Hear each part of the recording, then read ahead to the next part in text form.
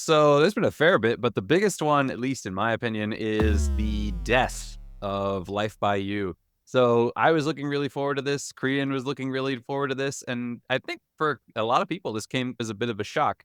So what happened was Paradox Interactive came out on their forums and on the website, and they posted something basically saying that they're just going to completely drop the game. And the reason for is what they said is that the version that we would be satisfied with is too far away. And so basically, if you've been keeping up with the game, that they've had multiple delays. It was originally set to launch in September 2023, and then later on they delayed it to March this year, and then it was moved to June this year, and then it was again moved to May this year. So May 20th was the final date that we had received, and I guess this happened last week, so we only have what? That's only 5 weeks away from launch, supposedly, assuming they weren't gonna redelay it, but they just said, "Nope, you know what? We keep delaying it, and the way it looks to us is we would just be continuously delaying it and kicking the can down the road, and it's just so far away that there's no possible way that we would ever get there in a reasonable amount of time, so we're just gonna cut our losses, and that's it." They did mention that the second quarter of 2024 will be impacted negatively due to the development costs of this game. That's one thing that's a big concern for me, is thinking they even said, when we make a game, the intention is to sell the game. That means we've earned the money that we've spent developing it. And then that's something that they said. Now, if you don't make the game, then that means all that money you spent is just gone. I'm worried that we might be seeing some layoffs in the future just because this was a cost and there was no payout to it.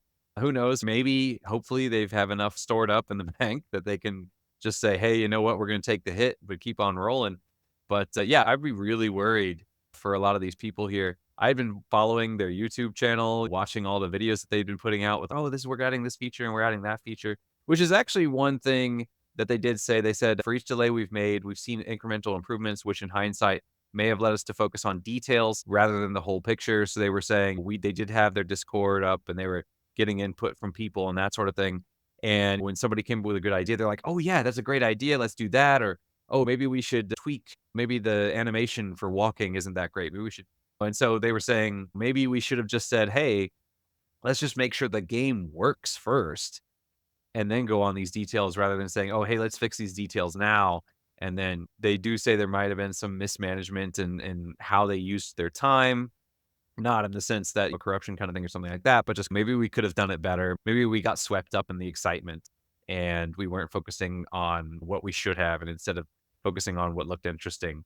So, unfortunately, the game is not going to be coming at all, not anytime soon or ever. So it is gone. We were talking a little bit before the show about how was it possible that they could come back and have another team working on it later, or I've seen people online saying maybe they could release the source code and modders could come in and fix it themselves, that sort of thing.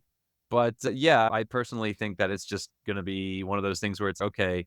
We're just cutting our losses from a certain perspective. They're like, "Hey, this is a sunk cost fallacy. The more we put into this, it's not going anywhere.